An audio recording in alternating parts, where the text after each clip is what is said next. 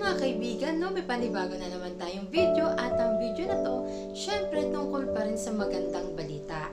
Kaya yan, ngayon simulan na natin ang ating babasahin ngayon ng magandang balita na makikita natin sa 1 Timoteo 2 verse 5 and 6. Ang sabi po dito, sapagkat iisa ang Diyos at iisa ang tagapamagitan sa Diyos at sa mga tao, ang taong si Kristo Jesus. Inihandog niya ang kanyang buhay upang tubusin ang lahat mula sa kasalanan. Ang katotohanan ito ay pinatunayan sa takdang panahon. Amen. Ayan, no? Mga kaibigan, anong aral po ba ang ating nakuha dito? Kaya naman, kung ano yung aral na nakuha ninyo sa ating binasa, i-comment po ninyo yan sa baba.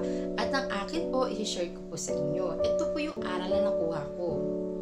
Ang ating Panginoong Hesukristo ay ipinagbuntis ng isang dalaga upang ang ating Panginoon Hesukristo ay maging tao. Naging tao siya dahil ang ililigtas niya ay tayong mga makasalanang tao. At si Jesus Christ ang daan patungo sa Diyos Ama. At si Jesus Christ ang dahilan kung bakit ang Diyos Ama ay may relasyon sa atin at tayo rin sa Kanya. Kaya yan po, no, mga kaibigan. Kaya yan mga kapatid, dahil kay Jesus, tayo ay nakakatawag ng Diyos Ama sa Kanyang Ama. No? Dahil sa Kanya, tayo ay nakakalapit na sa Diyos Ama. Kaya tayo ay itinuturingan ng Diyos na Kanyang mga anak. Sa mga nakipag-isa na kay Kristo Jesus, ay iisa na rin po tayo sa Kanyang katawan. Kaya tayong lahat na nakipag-isa kay Kristo Jesus, ay anak na rin po ng ating Diyos Ama.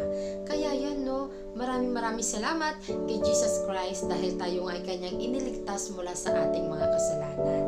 At siya po ang daan patungo sa kaligtasan. Siya po ang daan patungo sa ating Diyos Ama. Kaya mga kapatid, no, maraming salamat sa inyo. Naway nagustuhan ninyo ang magandang balita nito at meron din po kayong nakuhang aral. Maraming salamat po. God bless!